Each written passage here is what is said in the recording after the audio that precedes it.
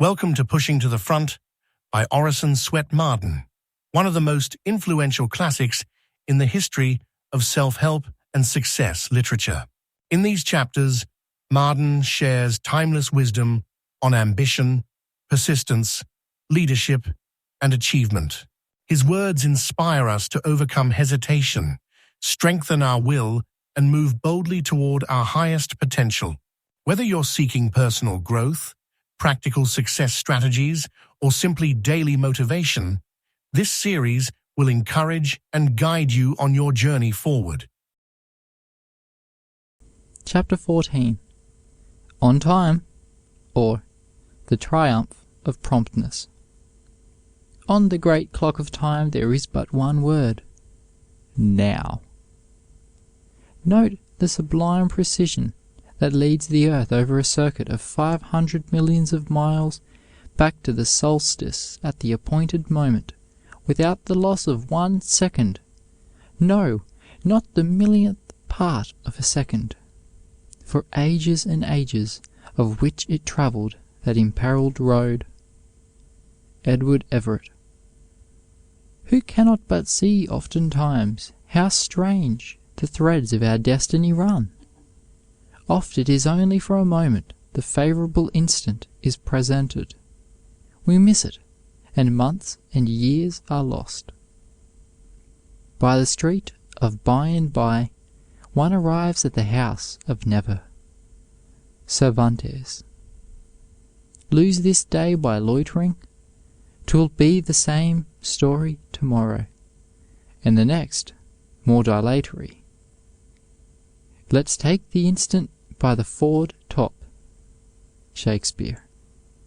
Haste, post, haste, haste for thy life, was frequently written upon messages in the days of Henry VIII of England, with a picture of a courier swinging from a gibbet. Post offices were unknown, and letters were carried by government messengers, subject to hanging if they delayed upon the road. Even in the old slow days of stagecoaches, when it took a month of dangerous travelling to accomplish the distance we can now span in a few hours, unnecessary delay was a crime. One of the greatest gains civilization has made is in measuring and utilizing time. We can do as much in an hour today as they could in 20 hours 100 years ago. Delays have dangerous ends. Caesar's delay to read a message cost him his life when he reached the Senate House. Colonel Raoul, the Hessian commander at Trenton, was playing cards when a messenger brought a letter stating that Washington was crossing the Delaware. He put the letter in his pocket without reading it until the game was finished, when he rallied his men only to die just before his troops were taken prisoners. Only a few minutes' delay, but he lost honor, liberty, life. Success is the child of two very plain parents, punctuality and accuracy. There are critical moments in every successful life, when if the mind hesitate or a nerve flinch, all will be lost. Immediately on receiving your proclamation, wrote Governor Andrew of Massachusetts to President Lincoln on May 3, 1861, we took up the war and have carried on our part of it in the spirit in which we believe the administrator and the American people intend to act, namely, as if there were not an inch of red tape in the world. He had received a telegram for troops from Washington on Monday, April 15th, at 9 o'clock the next Sunday. He said, all the regiments demanded from Massachusetts are already either in Washington or in Fortress Monroe, or on their way to the defense of the capital. The only question which I can entertain, he said, is what to do, and when that question is answered, the other is, what next to do.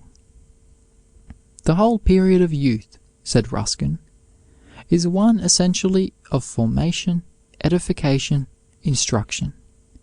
There is not an hour of it but is trembling with destinies, not a moment of which once past the appointed work can ever be done again, or the neglected blow struck on the cold iron.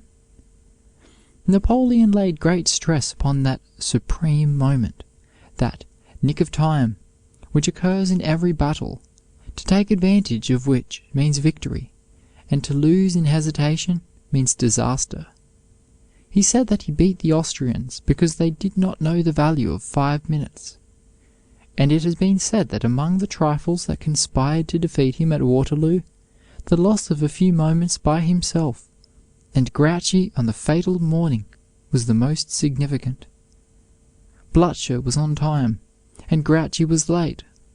It was enough to send Napoleon to St. Helena, and to change the destiny of millions. It is a well-known truism that has almost been elevated to the dignity of a maxim, that what may be done at any time will be done at no time. The African Association of London wanted to send Ledward, the traveller, to Africa, and asked when he would be ready to go. "Tomorrow morning," was the reply. John Jervis, afterwards Earl St. Vincent, was asked when he could join his ship, and replied, "Directly." Colin Campbell, appointed commander of the army in India, and asked when he could set out, replied without hesitation, "Tomorrow." The energy wasted in postponing until tomorrow a duty of today would often do the work. How much harder and more disagreeable, too, it is to do work which has been put off! What would have been done at the time, with pleasure or even enthusiasm, after it has been delayed for days and weeks, becomes drudgery. Letters can never be answered so easily as when first received. Many large firms make it a rule never to allow a letter to lie unanswered overnight. Promptness takes the drudgery out of an occupation. Putting off usually means leaving off, and going to do becomes going undone. Doing a deed is like sowing a seed. If not done at just the right time, it will be forever out of season. The summer of eternity will not be long enough to bring to maturity the fruit of a delayed action. If a star or planet were delayed 1 second, it might throw the whole universe out of harmony. "There is no moment like the present," said Maria Edgeworth.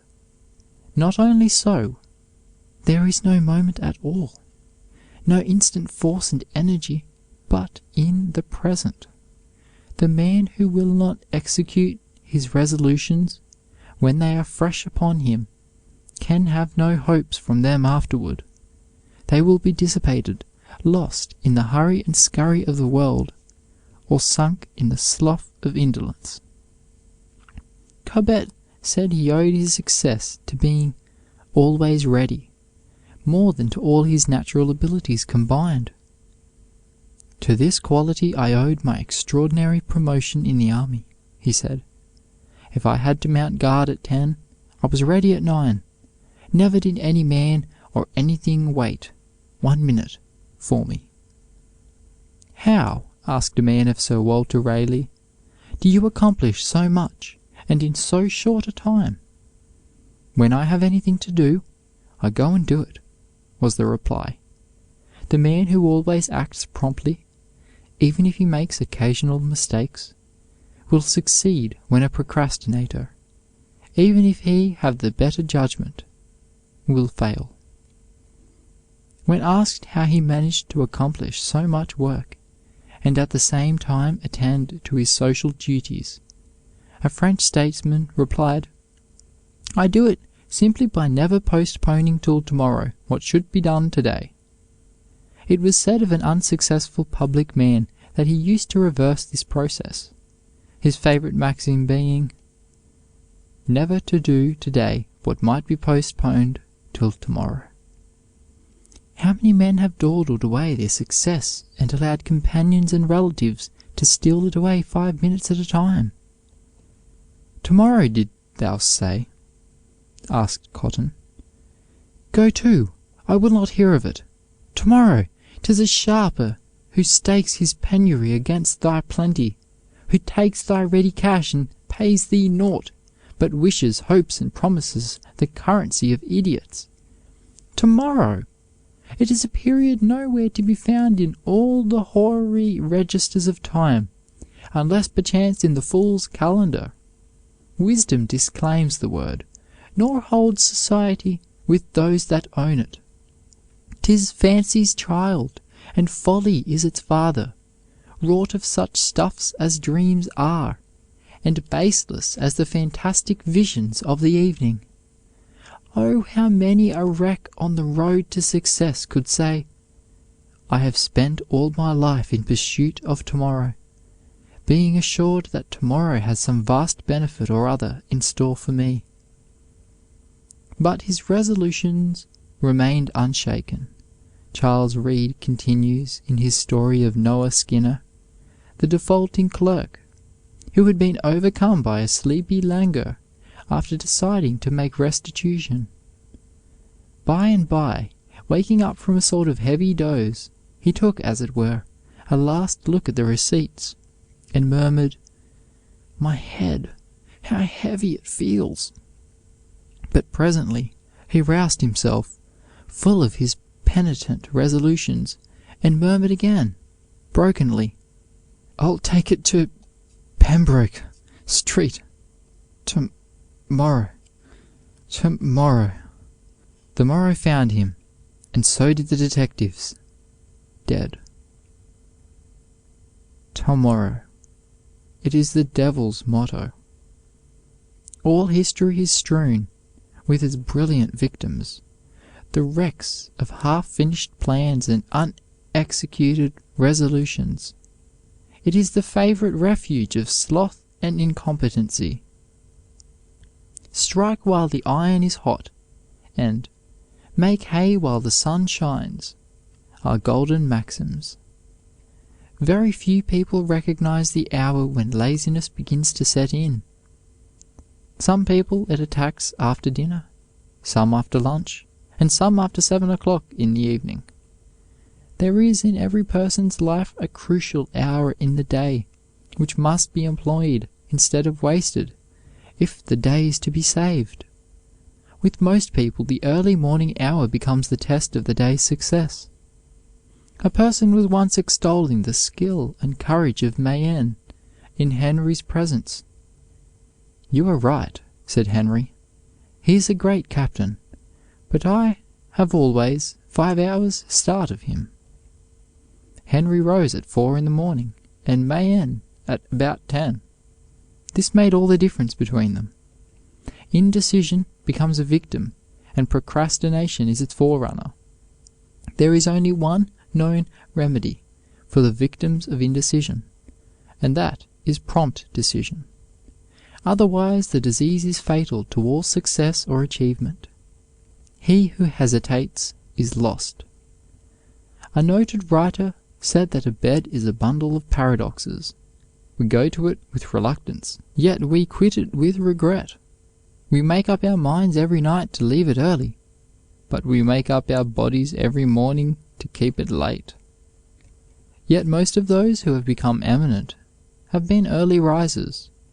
Peter the Great always rose before daylight. "I am," he said, "for making my life as long as possible, and therefore sleep as little as possible." Alfred the Great rose before daylight. In the hours of early morning, Columbus planned his voyage to America, and Napoleon his greatest campaigns. Copernicus was an early riser, as were most of the famous astronomers of ancient and modern times. Bryant rose at 5, Bancroft at dawn, and nearly all our leading authors in the early morning. Washington, Jefferson, Webster, Clay, and Calhoun were all early risers. Daniel Webster used often to answer 20 to 30 letters before breakfast. Walter Scott was a very punctual man. This was the secret of his enormous achievements. He rose at 5. By breakfast time he had, as he used to say, broken the neck of the day's work. Writing to a youth who had obtained a situation and asked him for advice, he gave this counsel: "Beware of stumbling over a propensity which easily besets you from not having your time fully employed. I mean what the women call dawdling. Do instantly whatever is to be done, and take the hours of recreation after business, never before it." Not too much can be said about the value of the habit of rising early. 8 hours is enough sleep for any man. Very frequently 7 hours is plenty. After the 8th hour in bed, if a man is able, it is his business to get up, dress quickly, and go to work. "A singular mischance has happened to some of our friends," said Hamilton, "at the instant when he ushered them into existence. God gave them a work to do, and he also gave them a competence of time, so much that if they began at the right moment, and wrought with sufficient vigor, their time and their work would end together. But a good many years ago a strange misfortune befell them. A fragment of their allotted time was lost. They cannot tell what became of it, but sure enough it has dropped out of existence. For just like two measuring lines laid alongside, the one an inch shorter than the other, their work and their time run parallel, but the work is always 10 minutes in advance of the time. They are not irregular. They are never too soon. Their letters are posted the very minute after the mail is closed. They arrive at the wharf just in time to see the steamboat off. They come in sight of the terminus precisely as the station gates are closing. They do not break any engagement or neglect any duty, but they systematically go about it too late, and usually too late by about the same fatal interval. Someone has said that promptness is a contagious inspiration. Whether it be an inspiration or an acquirement, it is one of the practical virtues of civilization. There is one thing that is almost as sacred as the marriage relation. That is an appointment. A man who fails to meet his appointment, unless he has a good reason, is practically a liar, and the world treats him as such. If a man has no regard for the time of other men, said Horace Greeley, why should he have for the money? What is the difference between taking a man's hour and taking his $5? There are many men to whom each hour of the business day is worth more than $5. When President Washington dined at 4, new members of Congress invited to dine at the White House would sometimes arrive late and be mortified to find the president eating. "My cook," Washington would say, "never asks if the visitors have arrived, but if the hour has arrived." When his secretary excused the lateness of his attendance by saying that his watch was too slow, Washington replied, "Then you must get a new watch, or I another secretary." Franklin said to a servant who was always late, but always ready with an excuse, "I have generally found that the man who is good at an excuse is good for nothing else." Napoleon once invited his marshals to dine with him, but as they did not arrive at the moment appointed, he began to eat without them. They came in just as he was rising from the table. "Gentlemen," said he, "it is now past dinner, and we will immediately proceed to business." Blücher was one of the promptest men that ever lived. He was called Marshal Ford. John Quincy Adams was never known to be behind time. The Speaker of the House of Representatives knew when to call the House to order by seeing Mr. Adams coming to his seat. Once a member said that it was time to begin. "No," said another, "Mr. Adams is not in his seat."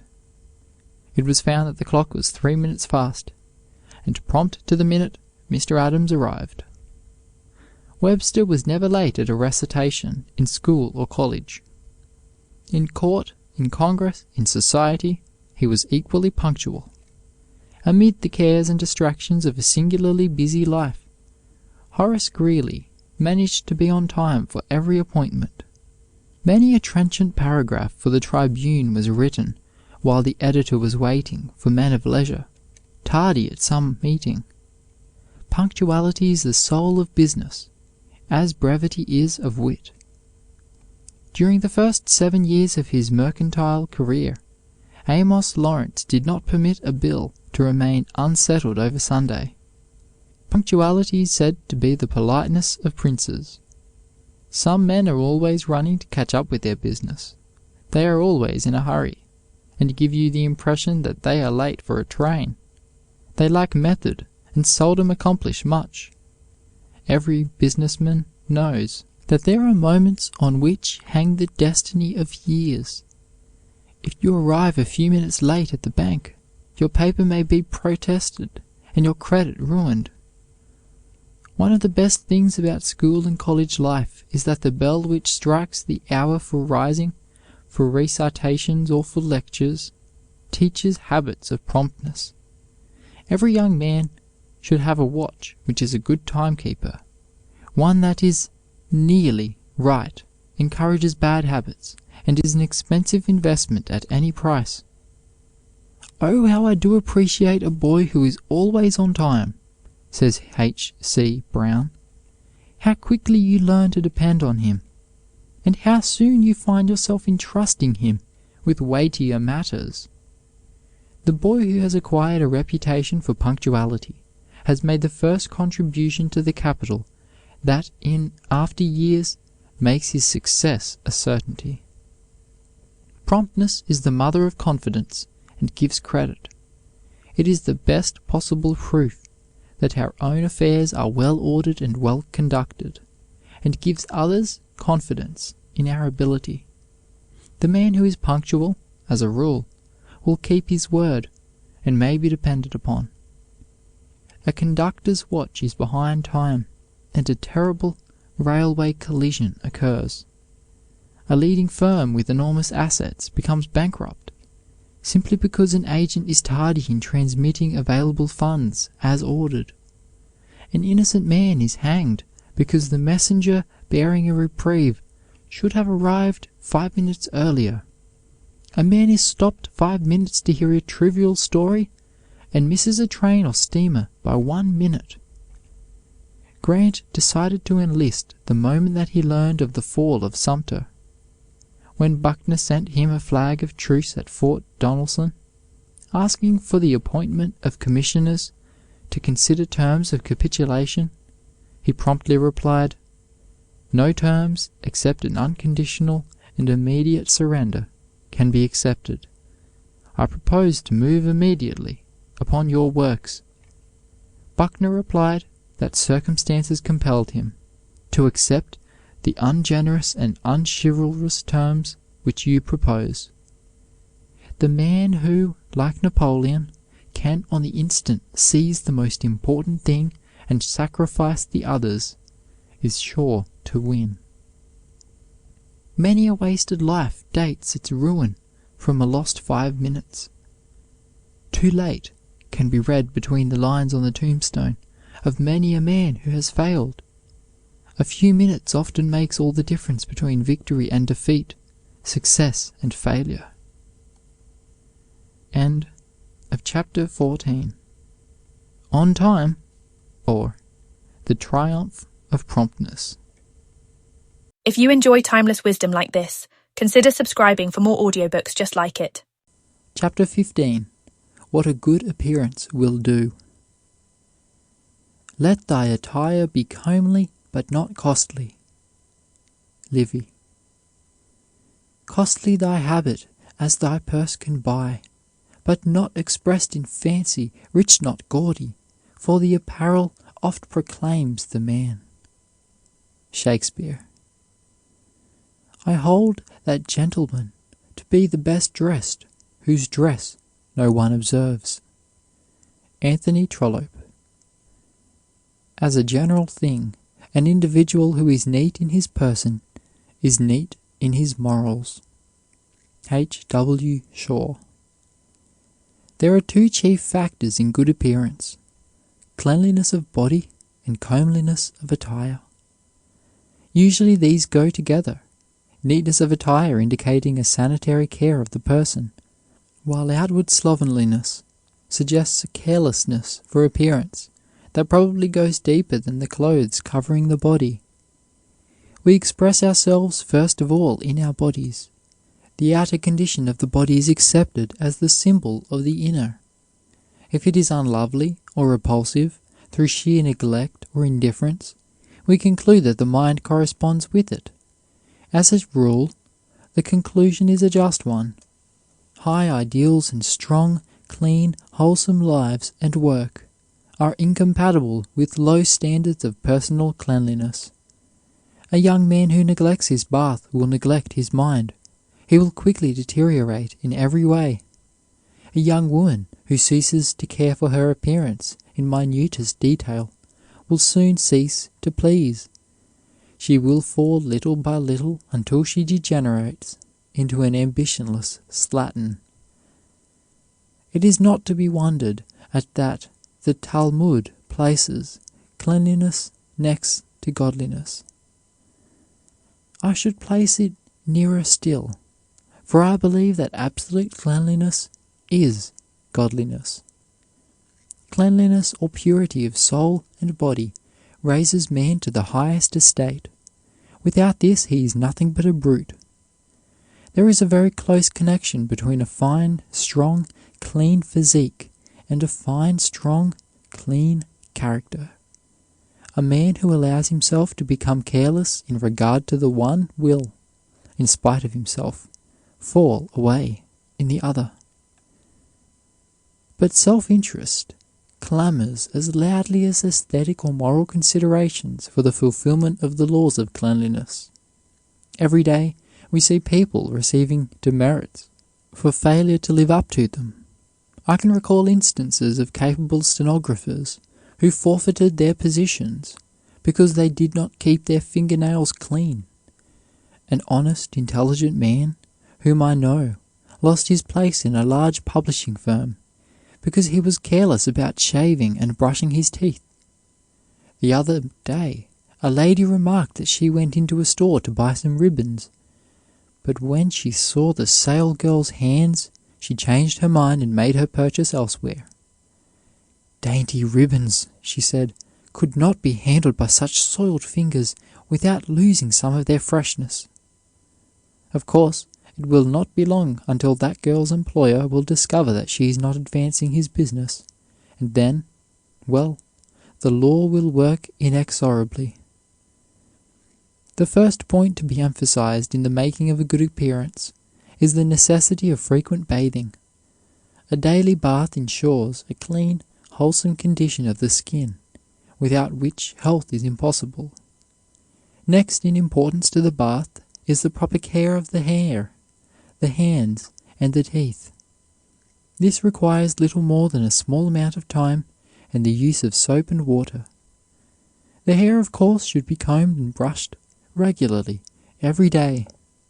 If it is naturally oily, it should be washed thoroughly every 2 weeks with a good reliable scalp soap and warm water, to which a very little ammonia may be added. If the hair is dry or lacking in oily matter, it should not be washed oftener than once a month, and the ammonia may be omitted. Manicure sets are so cheap that they are within the reach of almost everyone. If you cannot afford to buy a whole set, you can buy a file. You can get one as low as 10 cents, and keep your nails smooth and clean. Keeping the teeth in good condition is a very simple matter, yet perhaps more people sin in this particular point of cleanliness than in any other. I know young men, and young women too, who dress very well and seem to take considerable pride in their personal appearance, yet neglect their teeth. They do not realize that there could hardly be a worse blot on one's appearance than dirty or decaying teeth, or the absence of one or two in front. Nothing can be more offensive in man or woman than a foul breath, and no one can have neglected teeth without reaping this consequence. We all know how disagreeable it is to be anywhere near a person whose breath is bad. It is positively disgusting. No employer wants a clerk or stenographer or other employee about him who contaminates the atmosphere. Nor does he, if he is at all particular, want one whose appearance is marred by a lack of 1 or 2 front teeth. Many an applicant has been denied the position he sought because of bad teeth. For those who have to make their way in the world, the best counsel on the subject of clothes may be summed up in this short sentence: let thy attire be comely, but not costly. Simplicity in dress is its greatest charm, and in these days, when there is such an infinite variety of tasteful but inexpensive fabrics to choose from, the majority can afford to be well dressed. But no one need blush for a shabby suit if circumstances prevent his having a better one. You will be more respected by yourself and everyone else with an old coat in your back that has been paid for than a new one that has not. It is not the shabbiness that is unavoidable, but the slovenliness that is avoidable, that the world frowns upon. No one, no matter how poor he may be, will be excused for wearing a dirty coat, a crumpled collar, or muddy shoes. If you are dressed according to your means, no matter how poorly, you are appropriately dressed. The consciousness of making the best appearance you possibly can, of always being scrupulously neat and clean, and of maintaining your self-respect and integrity at all costs, will sustain you under the most adverse circumstances, and give you a dignity, strength, and magnetic forcefulness that will command the respect and admiration of others. Herbert H. Vreeland, who rose in a short time from a section hand on the Long Island Railroad to the presidency of all the surface railways in New York City, should be a practical authority on this subject. In the course of an address on how to attain success, he said, "Clothes don't make the man, but good clothes have got many a man a good job. If you have $25 and want a job, it is better to spend $20 for a suit of clothes, $4 for shoes, and the rest for a shave, a haircut, and a clean collar, and walk to the place, than go with the money in the pockets of a dingy suit." Most large business houses make it a rule not to employ anyone who looks seedy or even slovenly, or who does not make a good appearance when he applies for a position. The man who hires all the salespeople for one of the largest retail stores in Chicago says, while the routine of application is in every case strictly adhered to, the fact remains that the most important element in an applicant's chance for a trial is his personality. It does not matter how much merit or ability an applicant for a position may possess. He cannot afford to be careless of his personal appearance. Diamonds in the rough, of infinitely greater value than the polished glass of some of those who get positions, may occasionally be rejected. Applicants whose good appearance help them to secure a place may often be very superficial in comparison with some who were rejected in their favor and may not have half their merit, but having secured it, they may keep it, though not possessing half the ability of the boy or girl who was turned away. That the same rule that governs employers in America holds in England is evidenced by the London Draper's Record. It says, "Wherever a marked personal care is exhibited for the cleanliness of the person and for neatness in dress, there is also almost always found extra carefulness as regards the finish of work done. Work people whose personal habits are slovenly produce slovenly work. Those who are careful of their own appearance are equally careful of the looks of the work they turn out. And probably what is true of the workroom is equally true of the region behind the counter. Is it not a fact that the smart saleswoman is usually rather particular about her dress, is averse to wearing dingy collars, frayed cuffs, and faded ties? The truth of the matter seems to be that extra care as regards personal habits and general appearance is, as a rule, indicative of a certain alertness of mind, which shows itself antagonistic to slovenliness of all kinds.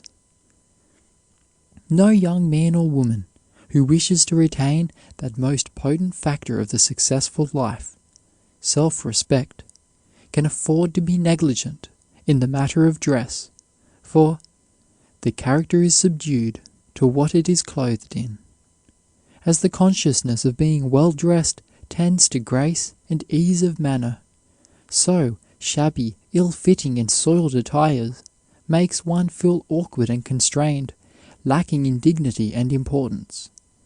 Our clothes unmistakably affect our feelings and self-respect, as anyone knows who has experienced the sensation, and who has not, that comes from being attired in new and becoming raiment. Poor, ill-fitting, or soiled garments are detrimental to morals and manners. The consciousness of clean linen, says Elizabeth Stuart Phelps, is in and of itself a source of moral strength, second only to that of a clean conscience.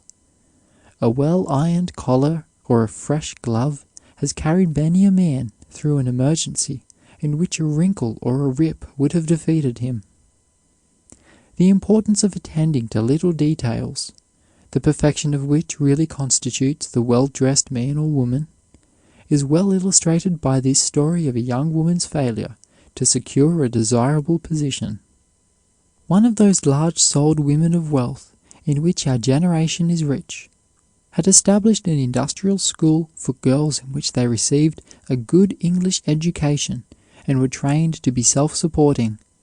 She needed the services of a superintendent and teacher, and considered herself fortunate when the trustees of the institution recommended to her a young woman whose tact, knowledge, perfect manners, and general fitness for the position they extolled in the highest terms. The young woman was invited by the founder of the school to call on her at once. Apparently, she possessed all the required qualifications, and yet, without assigning any reason, Mrs. V absolutely refused to give her a trial. Long afterward, when questioned by a friend as to the cause of her seemingly inexplicable conduct in refusing to engage so competent a teacher, she replied, "It was a trifle, but a trifle in which, as in an Egyptian hieroglyphic, lay a volume of meaning. The young woman came to me fashionably and expensively dressed, but with torn and soiled gloves and half of the buttons off her shoes. A slovenly woman is not a fit guide for any young girl." Probably the applicant never knew why she did not obtain the position, for she was undoubtedly well qualified to fill it in every respect, except in this seemingly unimportant matter of attention to the little details of dress. From every point of view it pays well to dress well. The knowledge that we are becomingly clothed acts like a mental tonic. Very few men or women are so strong and so perfectly poised as to be unaffected by their surroundings. If you lie around half-dressed, without making your toilet, and with your room all in disorder, taking it easy because you do not expect or wish to see anybody, you will find yourself very quickly taking on the mood of your attire and environment. Your mind will slip down. It will refuse to exert itself. It will become as slovenly, slipshod, and inactive as your body. On the other hand, if when you have an attack of the blues, when you feel half sick and not able to work, instead of lying around the house in your old wrapper or dressing gown, you take a good bath, a Turkish bath if you can afford it, put on your best clothes, and make your toilet as carefully as if you were going to a fashionable reception, you will feel like a new person.